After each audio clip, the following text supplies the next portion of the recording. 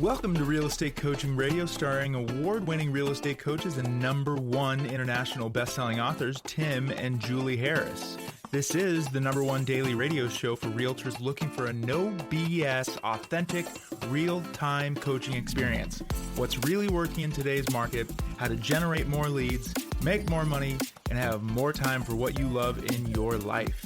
And now your hosts, Tim and Julie Harris. We are moving on to the exact plan in the order of which we think you should be doing it, of how to list 22 homes in 2022. Now, I want to start out with a little bit of a refresher for most of you, but for some of you, this is going to be new information. It is called your lead generation wheel, and this is a big part of Harris Rules, our book. I think, Julie, what is it, our first rule, second rule? It's right in there. It's in the beginning because it's so important. It is, right. So if you've not purchased Harris Rules before, it's available at every major bookseller and minor bookseller at this point. And it's also available, obviously, on Amazon, which will get the book to you the quickest, and also Audible for those of you like Julie and I who like to listen to books opposed to read them. We're just that lazy. But anyway, so Harris Rules is definitely something all of you guys should be listening to, consuming in whatever format you choose. Now, the lead generation spokes, or the spokes in the wheel analogy, is something Julie and I created probably over 20 years ago. But here's the concept. Draw a circle. You can do this in your mind if you're on your, I know a lot of you guys listen to us when you're exercising or you listen to us when you're driving. So, draw a circle. And in that circle, the end product is going to look something like a wagon wheel, and a wagon wheel or a bicycle wheel, but it's going to have multiple spokes. That's really what the carry away from this is going to be. A spoke is going to represent a source of business for you, and the more spokes you have, the stronger your wheel is going to be. So if you're rolling down the road and you have a one-spoke wheel, which is typically what most agents have, and that one-spoke wheel nowadays is buying leads, usually buying buyer leads, and or the centers of influence and past clients. One-spoke wonders is what we call you guys, and a one-spoke wonder wheel is going to be the most fragile, get back to the wheels, the wheel analogy, right? You're rolling down the road with your bike. That front wheel has only got one spoke. You hit a little pebble in the road, and all of a sudden that wheel collapses and down you go. We don't want that to happen to you. You don't want that to happen to you. That's the reason you have to have a stronger wheel. And to make this really practical, the more spokes you have on your wheel, the stronger your wheel is going to be. And each spoke you want to try to make not dependent on the other. And so we're going to walk you through the logic behind how we went about formulating all of this. But really the gist of it is that you need to build a source of, or several sources of business that are not going to be, like say, for example, you are, and again, we're not advocates of this whatsoever, but you're one of these agents that's been only been buying buyer leads, and you're listening to Tim and Julie Harris for the first time, and you've never heard anyone tell you not to buy buyer leads. Well, you're now realizing that buying buyer leads has become very much an act of futility, and you're looking for alternative paths forward other than buying buyer leads. So what happened if you only had that as your only spoke, and you're now seeing that buying buyer leads has become oversaturated, the referral fees are too much, the whole thing is just rotten business, and you don't want to do it anymore, and that's the only thing you know how to do? You see how that spoke just broke and you just fell on the ground? So what you need to do is you need to have spokes, and you need to build the spokes in the right order on your wheel, and each of these spokes, like I said, can't be overly dependent on each other. But most importantly, and this was the point about me talking about buying buyer leads, your spokes have to be predicated on you being a proactive lead generator, and that means you cannot be buying the leads. Buying the leads will always leave you vulnerable. And again, this is another Harris rule, but when you build your mansion on land you do not own, what's going to happen when the landowner decides to take the land back? Your mansion is going to be his as well. And the same thing happens with all of you guys who are building your business based on buying your business.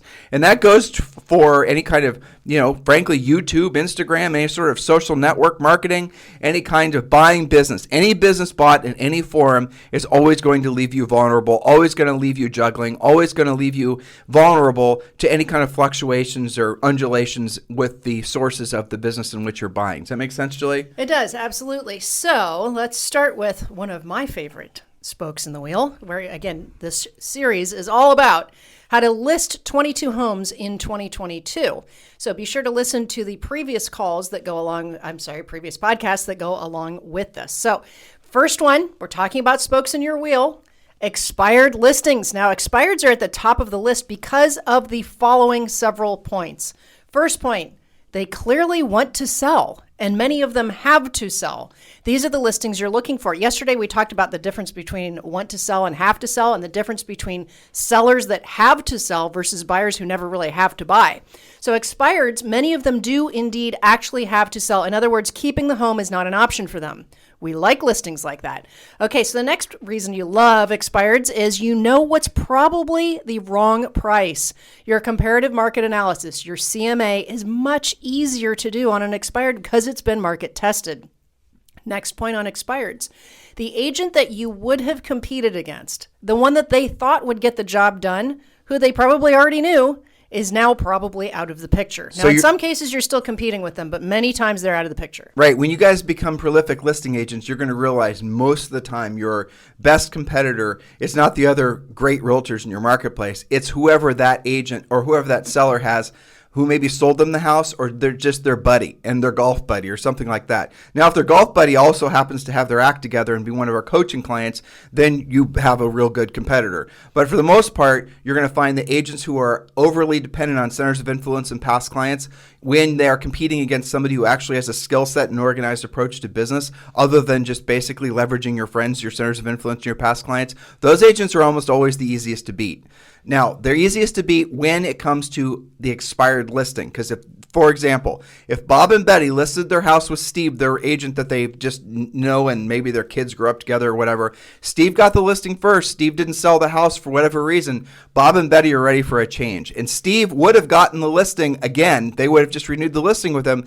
But now they're given an option to list with you, and you're following our essentially our listing process, and you are now going to be a more viable alternative for them, and you will get the listing. How do I know that? Because I was going to say millions. I can't really make that claim. But tens of thousands of you who have been following our listing process, our coaching program, who've been using our scripts, you've experienced this. Now, I want to say something because some of you are going to make all kinds of excuses why not to go after expireds.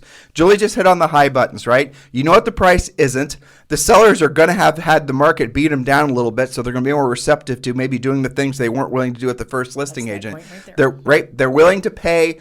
You already know they're willing to pay a commission, and maybe the first agent discounted the commission to get the listing. Well, the second agent's not going to have to discount the listing or the commission because of the fact that that seller now knows that they need an agent who's actually going to get the job done. It doesn't. They're not so. I don't know what the word would be. Cocky was the first word that popped into my mind, but really, confident. Really, they're knowing now that they need to take a more, I would say, aggressive approach to getting the property sold. More careful approach because the market's rejected their house. That's right. And here's the thing. You make a good point about that. No expired ever thinks that they wouldn't have sold.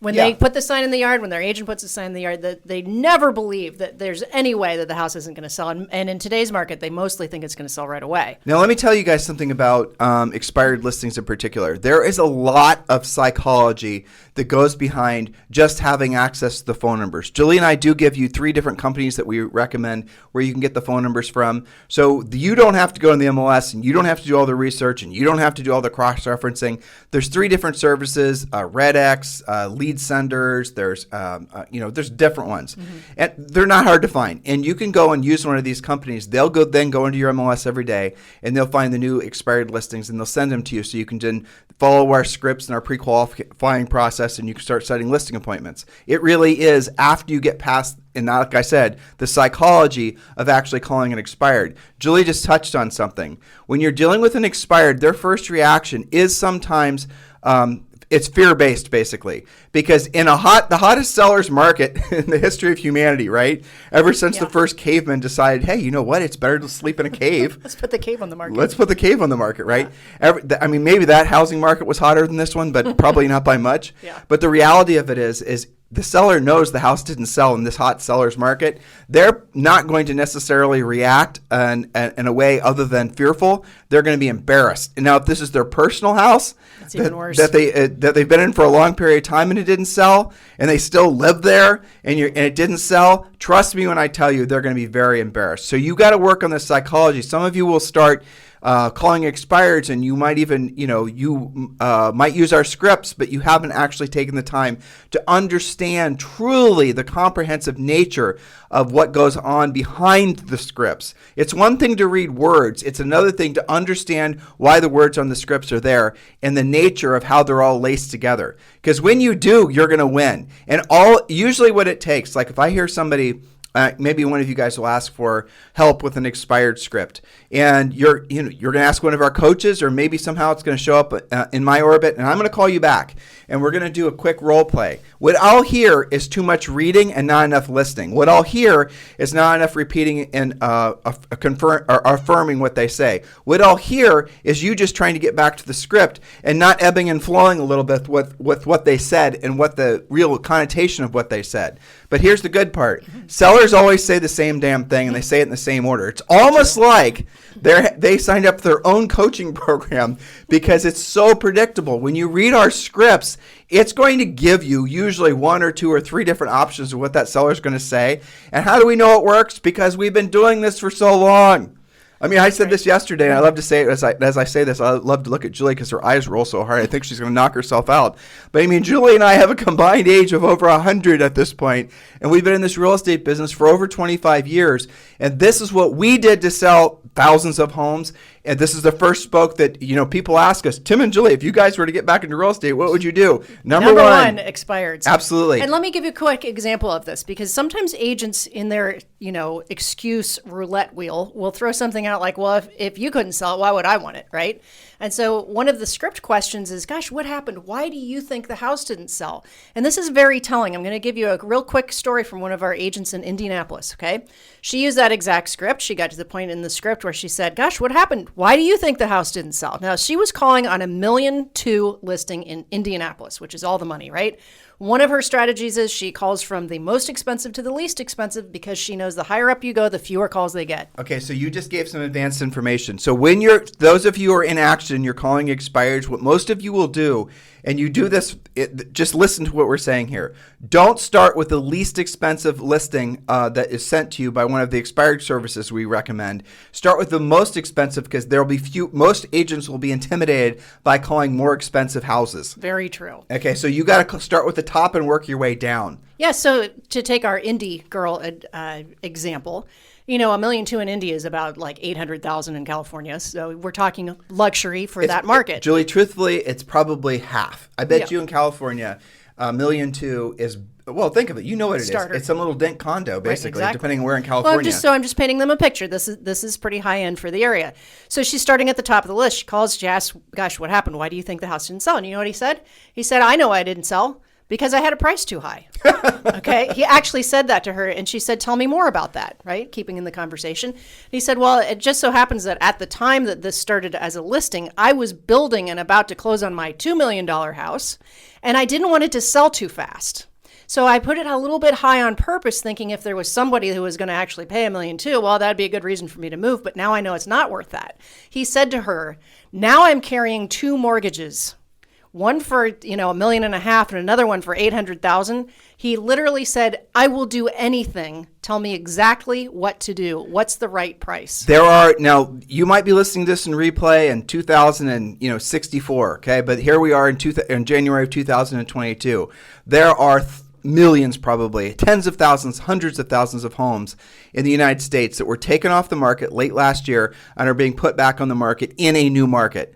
They are, in other words, they're going to be entering into new market dynamics because interest rates are rising and the all sorts of, things we've talked about, the headwinds that are going to adversely affect the psychology of most buyers. Still going to be your best year ever, so no worries there. We're not in any way pessimistic about real estate right now. We're incredibly optimistic. But the truth is a lot of sellers, they have essentially missed what would have been the best opportunity for them to sell their house last year. Now they're putting their houses back on the market. Why would they list with the same listing agent? They're going to be more apprehensive because they see all the changes and they're reading all the news. You have an opportunity like probably you haven't had an expireds in the past 10 years right now. Now, I'm going to address another thing, and you have it right there, Julie, is that a lot of you are going to say, Tim, there's no expireds in my market. Your market has to be more than a mile radius around your house. Okay? That's right. Or your favorite market. Right. Your market has to be your entire MLS. Now, if you're in LA County, Maybe that's too far away, but you get the idea. And if you got to push out quite a ways. Move away from, when you're deciding to be an expired hunter, move away from the idea that you're only going to specialize in one geographic area. You can, by the way, be an expired hunter and list expireds all over your marketplace and be a specialist in one particular area. One thing does not automatically remove the opportunity for you to do the other. But look for the expireds in your overall area. You adjust accordingly, decide how far you're willing to drive. 5 miles in LA is going to be 2 hours, right? I get it. You have to be willing to take good care of the client and service them properly. If it's too far out of that wheelhouse, then you'll end up being the one with the expired. That's right. And the other thing is, go back a year. Go back maybe in 18 months and look for old expireds. Old expireds nobody calls, which is incredible. Look, guys, my head is filling with emails and texts and people giving us thanks for telling them to go after old expireds, because that's where they started to pick up momentum. Go after the expireds. That's the first thing that, if Julie and I are personally coaching you to do, that we would tell you to do. And the second thing, Julie. Yes. Well, so here's the other thing. I've been talking to agents all day, and by and large, their inventory levels have been shrinking by 25 to 50% since before the holidays until now. Now, how many of those are off the market because they said, I want to wait till after the holidays, I'll put it back on during the spring? So it's not just expireds, it's also temporarily off the market, withdrawals. Depending on their MLS, Depending right? on your MLS. So right. Know what your MLS rules are, but don't write off the fact that you have very little inventory right now to the fact that there's just no inventory. That's because there's a whole bunch of people that took a break during the holidays. Right. So as far as scripts, as far as the listing process, go back and listen to the past podcasts on the 7-step listing process. Because we only have you guys for a half hour a day, we're only able to give you an overview. If you want the drill down, obviously consider moving forward and doing the smart thing and becoming a coaching client. Julie Harris, number 2. Yes. Okay. So number 2, your own past clients and centers of influence. Even if you're newly licensed and you don't have past clients, you still have your friends and family, your sphere of influence. But for many of you, you do have a vast past client list. So otherwise known as your database, statistically, when you're having regular and real conversations with your list, 10% will either do business with you or refer business to you every year. So this could be 10 of your 22 potential listings that we're talking about if you have 100 people in your database and you speak with them regularly, at least once per quarter, but ideally once per month. Don't get mad when another agent lists your, with quotes around it, past client if you're not making the effort. Now, let me put some color to this. I like how you said this. I like how you said the most important thing like 3 times in there, but I wonder how many of them are actually listening. Well, you mean about actually talking to them? Yeah, exactly. It's not enough to just have a database. It's not enough just to drop off tchotchkes and garbage at their house. Or to email them. No, or send them little cute videos through BombBomb. I mean, all that stuff is a supplement to doing the real work of real estate. And if you don't do the real work of real estate, all that passive stuff isn't going to work, because you think Bob and Betty Smith over on Oak Street are only getting solicited by you. But you are wrong. Oh, they're in your centers of influence and past client lists, but they're also in 10 other agent centers of influence and past client lists. And I promise you, you're going to be the only one, especially if you're one of our coaching clients, who's actually going to pick up the phone. Now, remember, as a coaching client, we tell you what to say every single month when you call them. We give you scripts. We give you conversation starters. You don't have to wing it or think of this on your own. It's going to feel natural and easy for you to pick up the phone and have these conversations. These are sales conversations in the loosest sense, truthfully, guys. We want you just to stay in front of them, and we want you to remind them, that you're here to help if they need help. You're going to be bringing something of value to them every single month when they call. And I don't mean physically, I mean informationally. You're going to give them some useful information. You're going to give them something that's actually going to make them feel good about owning a home and possibly owning more homes. And over time, typically 1 or 2 months, they will start reciprocating by giving you leads. That's how it works. But if you guys are dropping off rain meters and you're dropping off forget-me-not seeds in April and you're doing the calls, well, that'll make the calls even better, because then they're going to say thank you. But if you do not want to do the tchotchkes, which frankly you do not have to do the tchotchkes, then do the calls. If you have to choose, for sure. Okay, so let me just hover a little bit on this past client center of influence list or database for our agents that have a big list. One of the conversations that we're having lately is because there's really low inventory, some of the buyers that they're working with, it's so competitive that they're losing out. Even some of you guys that are really strong on your offers. So when you've got thousands of people in your past client list and you've got a buyer client, who also probably is a listing client, and they can't find anything. And you've got 3,000 people in your database, and they only want to live in, let's say, 12 Palms, right? And you've got 4 past clients in 12 Palms. Call them and see if you have a match. Well, call you them can completely control the deal. Right. And, have a normal conversation, follow the script outline we give them, and now you've got extra ammo because you're looking for a house for a real buyer. Mm-hmm. But you ask the question this way: by the way, who do you know who's thinking about buying or selling that I should be helping in this market? Or as you become less dependent on buyers, who do you know in this market who's thinking about selling that I should be helping now? And you be more aggressive and focus on the sellers. And then you'll start discovering that everyone knows someone who's thinking about selling. Everyone but most of you, frankly. I mean, isn't that funny? It's because you have to talk about it the way they do. Do you remember before you got your real estate license how you trip over real estate leads, and now once you have your real estate license, you don't want to talk about it with people anymore? You guys notice that? Why is that?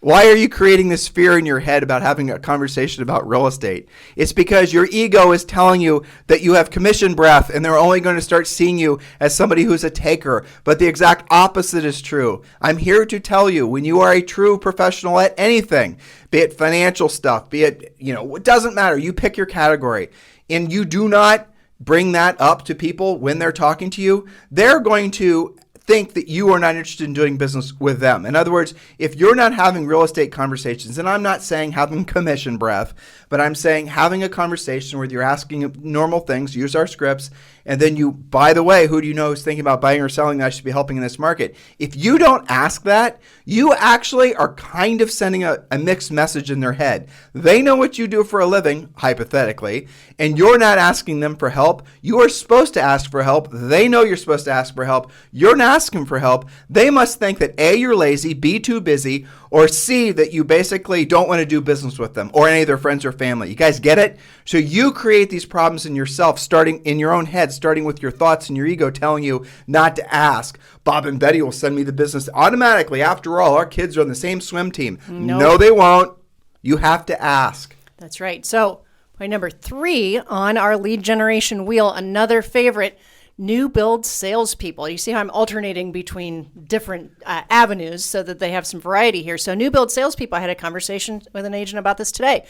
These are the salespeople who sit in the builder's model homes and write up all those new construction contracts. So these are the new build model reps, right? So use our new construction plan if you're a Premier Coaching member. And by the way, we have podcasts all about new construction too from the past, to meet those new build reps and get their resale referrals. When someone builds with them and they have a home to sell, what happens to that lead? That new build rep is not listing that property 9 out of 10 times. This is a fantastic lead source because you can have one new build salesperson contact who sends you multiple leads per year. What if you had 5 new build salesperson relationships? This is a gold mine. Almost all of our coaches do this, for example, because our coaches are all licensed in selling and most of them are brokers. So the conversation went like this. This was a new thought for the agent I was talking to about going after some new construction. And the initial thought is, well, what do you mean by that? I mean, the builders around me all have new build reps. That was the end of their thought process, right?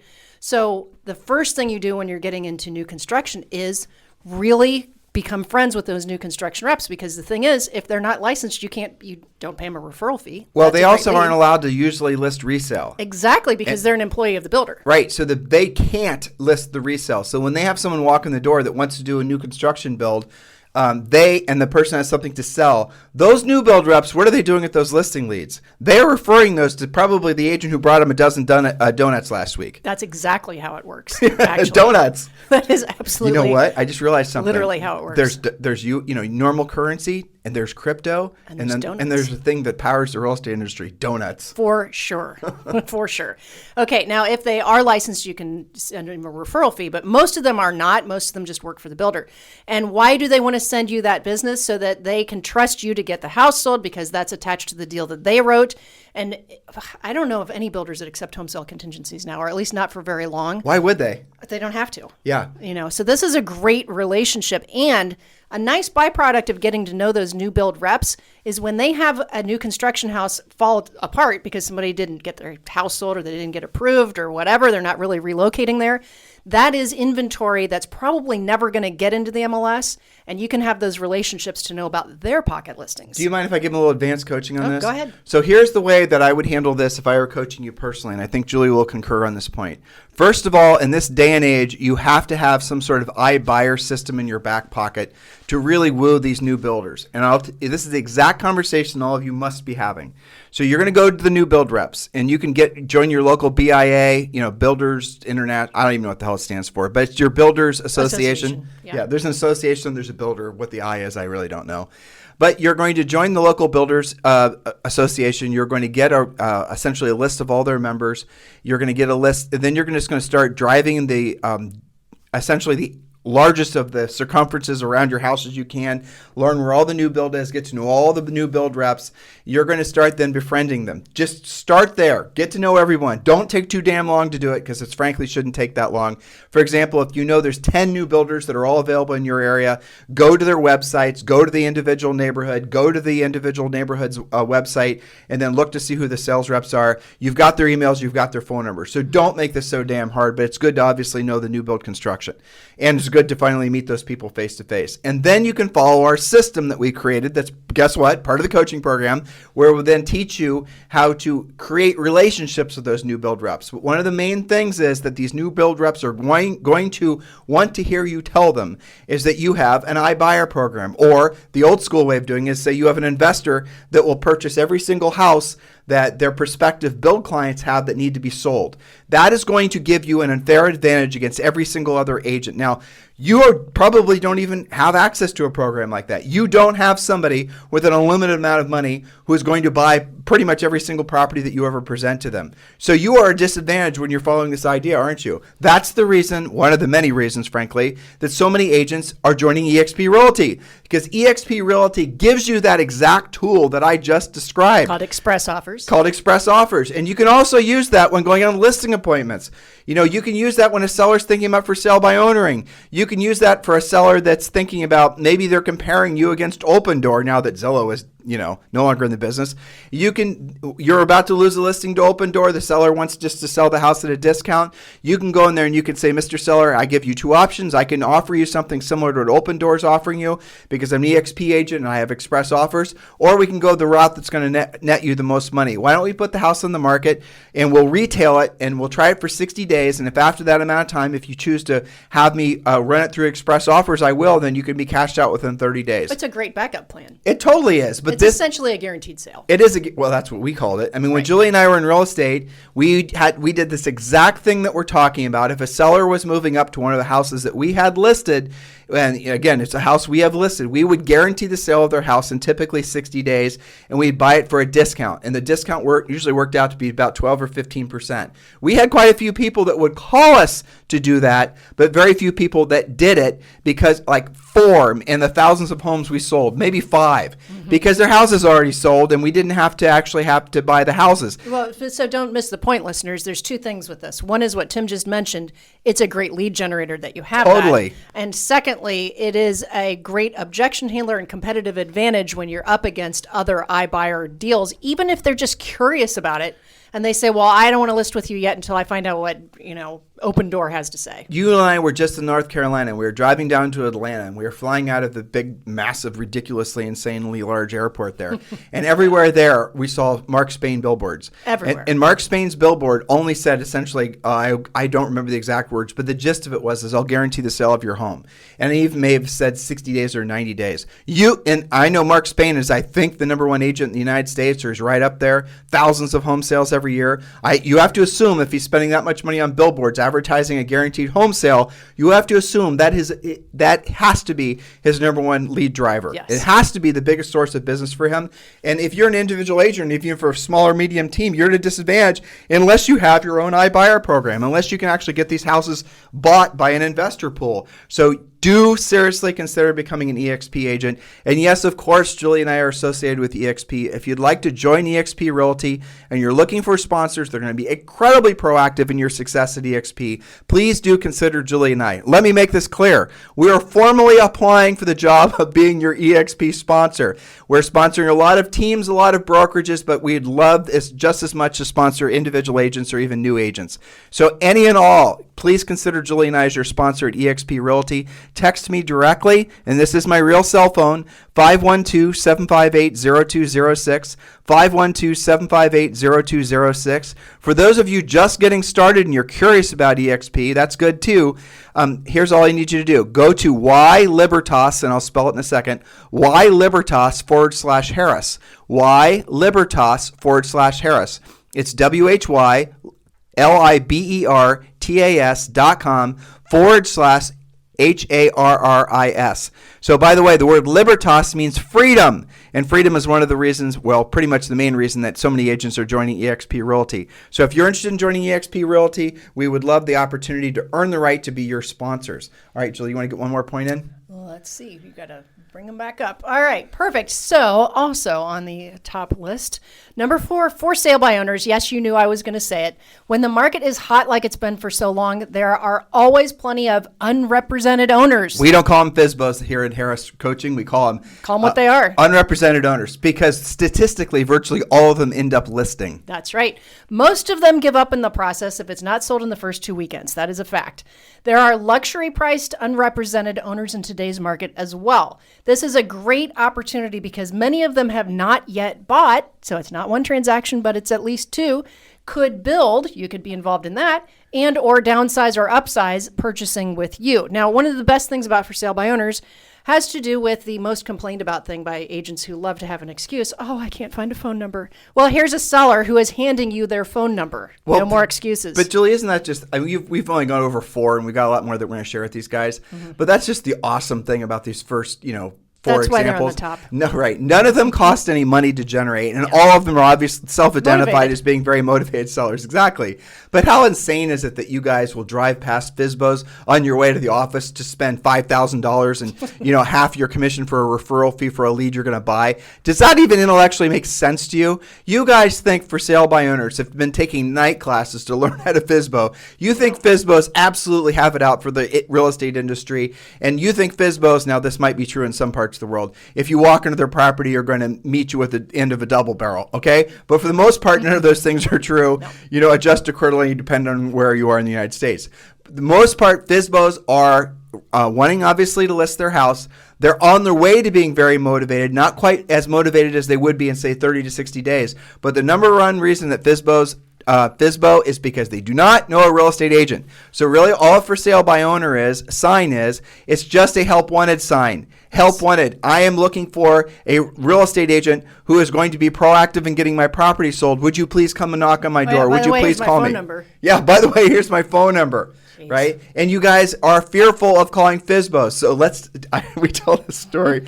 It's so true. Where were we? We were in North Carolina, right? I don't know which store you're talking about. Lowe's recently. Oh, yeah. Yeah. We're in Lowe's in North Carolina. Yeah. And guys, this has happened to Julie and I, probably almost every time we go to Lowe's or Home Depot or someplace like that. It's kind of like our ongoing quintessential joke because it's so true. Yeah. So this is what happens. This is, I don't even remember. Who cares what we're buying, right? So we're in this long ass aisle. You guys have all been in Lowe's. We're buying garage lights, of course. Oh yeah, that's right. Yeah. LED lights. You're right. So we're in this long aisle, and then and I was just basically locked in looking for different LED light options, and then Julie comes up to me and she's acting like she's looking at something on the on the wall, and she goes, "Psst, look at that guy over there. Look at that." And I look back, and there's this, sort of rotund fella who is basically picking through all the FSBO crap.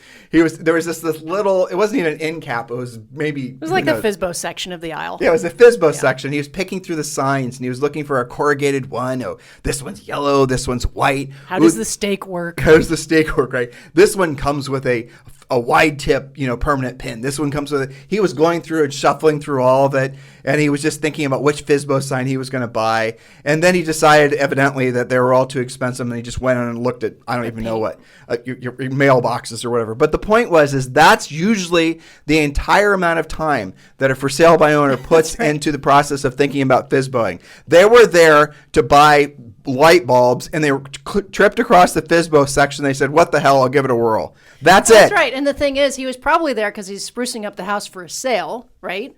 And if he does go back to the FSBO aisle, I mean, it was almost too much work already. But right? we couldn't walk away. Now, we were a distance away, but we couldn't walk away because it was so funny. Because it's funny to us, hopefully funny to you guys, how much agents are fearful of calling FSBOs. And that's exactly your typical FSBO right there. You could almost make that a spoke, like hanging out at Home Depot in the FSBO aisle. I just remembered and just give him your card. I just remembered something else. I remember when you and I used to call for sale by owners, right?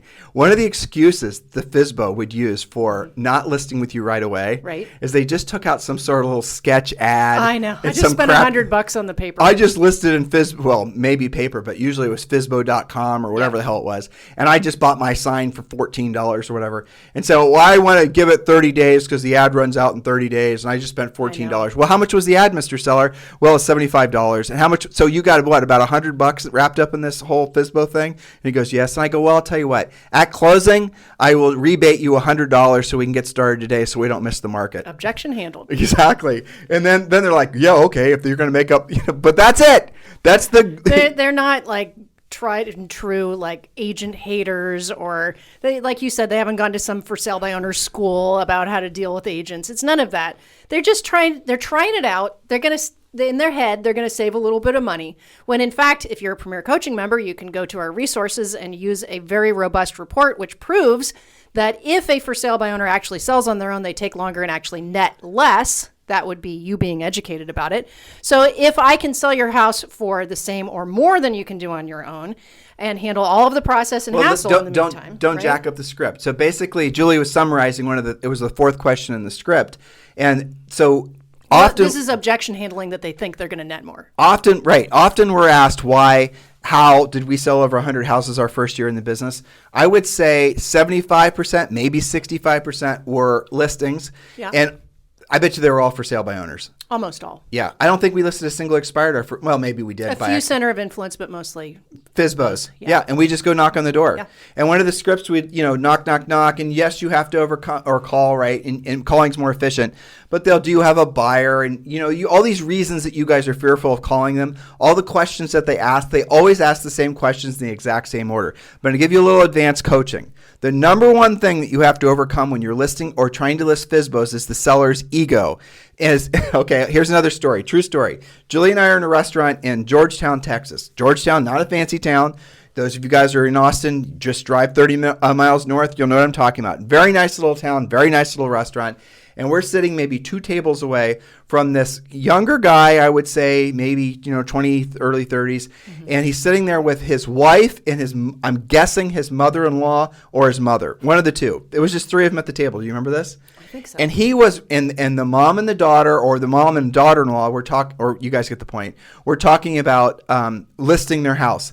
And this guy was so prideful in how he was going to FSBO. And he was going to put the sign in the yard, and he had this plan, and he had thought it all through, and he'd done a spreadsheet, and he knew what the comps were, and all the rest of it. And the 2 ladies were like, okay, whatever, Bob, let's get this past us so we can get the house listed. But I just was sitting there listening, and Julie and I didn't sell real estate then, and I was just thinking, I wouldn't necessarily have gone up to him in the restaurant because that guy was still at peak ego. But this is proof, if you needed proof, if you needed validation, that the reason that most sellers try to FSBO in the first place is their ego. So you have to move past that. If you just use facts about statistics, they're not going to think they apply to them. So if you just say, Mr. Seller, didn't you know the average for sale by owner sells for this % less than a house listed with an agent? Mr. Seller this, Mr. Seller that. Those objection handlers don't work with most sellers, the most for sale by owner sellers, because most for sale by owners, they don't care about numbers. They just care about being right. Now, especially in the beginning, if you understand the psychology of that and you essentially allow them to feel like they won by listing with you, you're going to win every single time and have an unfair advantage in the marketplace. Now, this is the 4th question. It's out of sequence, but hopefully you guys will understand the gist of it.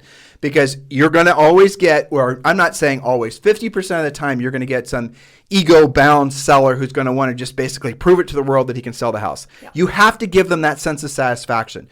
First of all, let me give you guys a couple of what we call zingers. And these are copywritten, so don't steal them. Mr. Seller, listen, I have no question in my mind you can sell this house.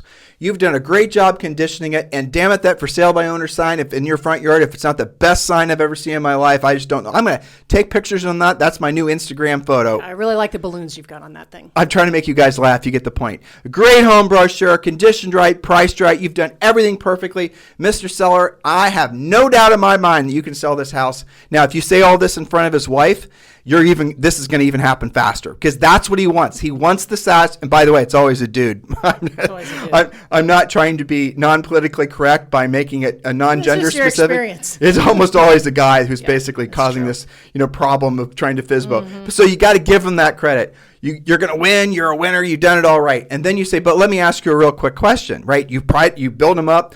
The wife might be recognition. The wife's patting him on the back. And then you say, but Mr. Seller, let me ask you a real quick question. If I were to bring you an offer, and the offer met or exceeded your expectations, and the check that I give you at closing is obviously meets or exceeds your expectations by a large margin, and I take care of all the hassles with the buyers, all the legal hassle, all the dealing with the closing, the inspectors, the appraisers, and the appraisers nowadays, Mr. Seller, let me tell you, they're sticklers.